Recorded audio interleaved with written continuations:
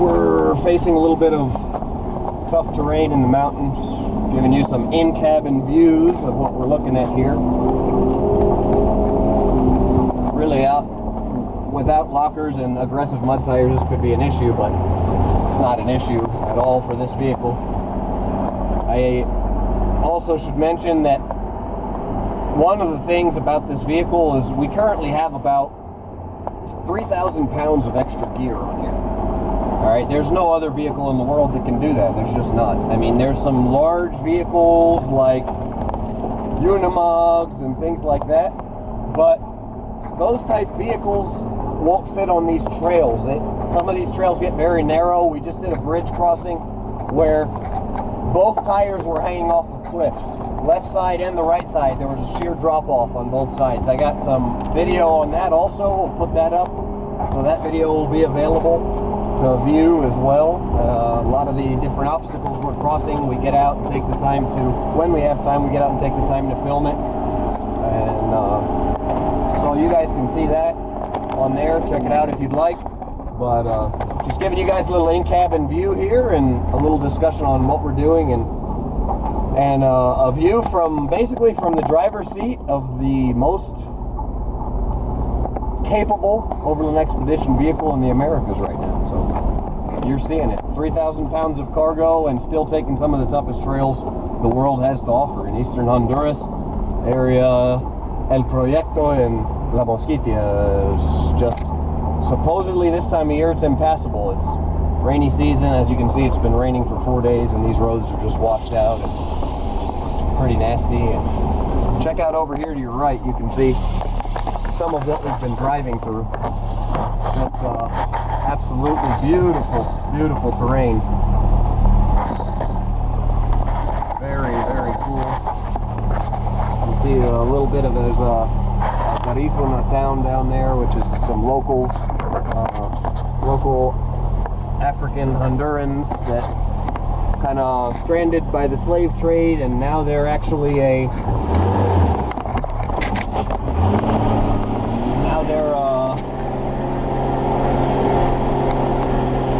indigenous people to Honduras now. So it's a little interesting fact about the area. There's also, as we continue to get further into La Mosquitia, there's even some indigenous tribes that have been here for thousands of years. They're Native Americans, not Native North Americans, Native Central Americans, but almost untouched. One of the La Mosquitia is after the Amazon, it's the largest expanse of virgin rainforest in the Americas. So we're entering into that now. This area is kind of on the outskirts, and we're on our way to view some mining, gold mining right now, which you guys will be the only. Check it out over here again. Another beautiful view. You guys will be the only Americans, North Americans, to see this gold operation that we're going to.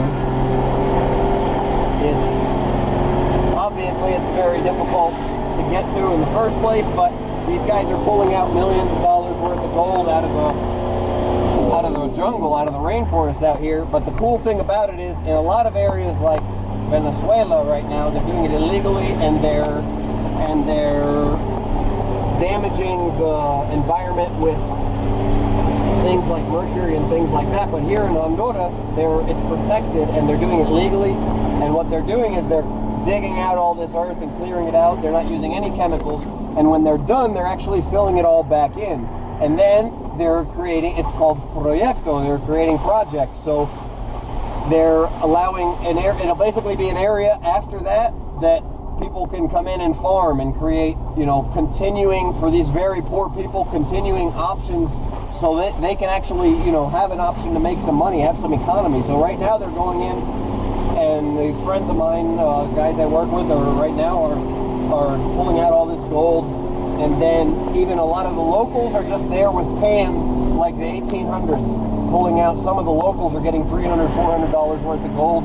They're allowing anybody that wants to go out there to go out and pull gold. And the local people, like I said, $300, $400 a day. Anybody that wants to work can make money. And after that, they fix the land, they put in fertile topsoil, and then it's available land for people to grow crops. So, you know, people are going to harvest gold. So we don't, it's not fighting to protect the rainforest in an area where people are starving to death with no economy is not something we can do. These people are going to cut down the mahogany and try and export it any way they can. They're going to destroy the rainforest regardless because they're starving. What's more important, a starving person or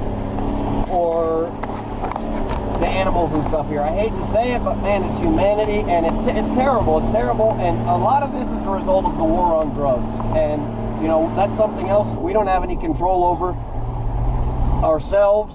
But you know, the United States government has created this void of violence here, this market of violence, by creating the war on drugs. And you know, the people here, you know, for many years in Central and Latin America have had the only option of getting involved some way in the drug trade. And now we're trying to create more options, and we're, you know, we have the opportunity to harvest other kind of crops and harvest gold, you know, mine for gold and things of that nature. And, you know, even mahogany, you know, planting mahogany farms, and then having the ability to cut down some of the mahogany that's here, the long-standing mahogany.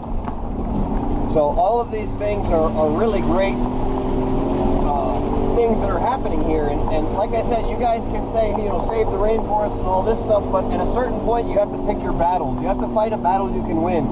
And it's better to have a legal and regulated market of coming in and harvesting things that are here in a sustainable or semi-sustainable manner, just like it would be better to regulate the drug trade. Because if you don't, you're gonna it's gonna be totally destroyed.